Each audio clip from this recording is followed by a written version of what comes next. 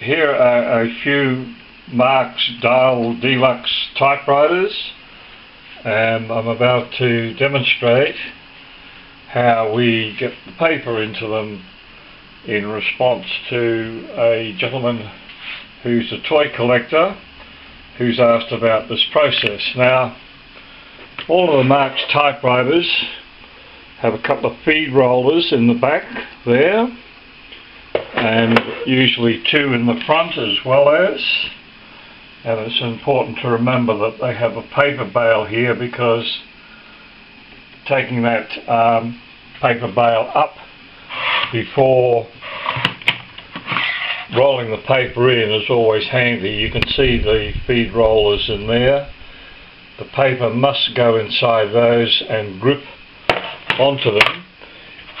Generally, if the feed rollers are in good condition, they will have still some groove left on them, on the rollers themselves, a bit of a rib on the rollers, which enables the paper to be gripped.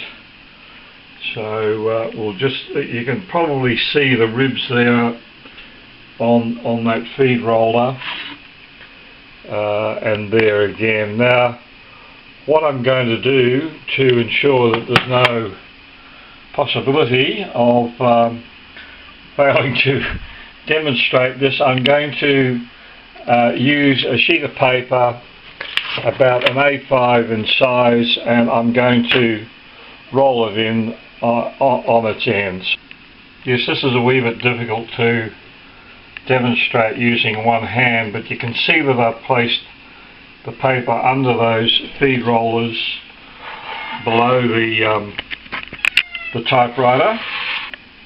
Yes, with these machines it's useful to remember that it's this switch here, which is called space, which actually enables you to move the platen backwards and forwards. So it acts, as well as a space bar, it acts as a carriage release, as it were. Alright, we'll attempt to feed the paper now. As you can see, the edge of the paper is sitting under the feed rollers.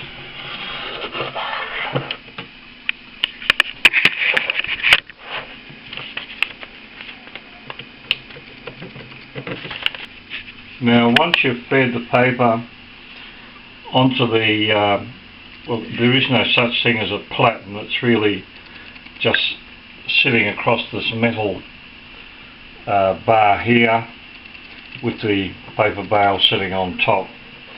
And then, as you probably know, you dial your letter and press, and away you go.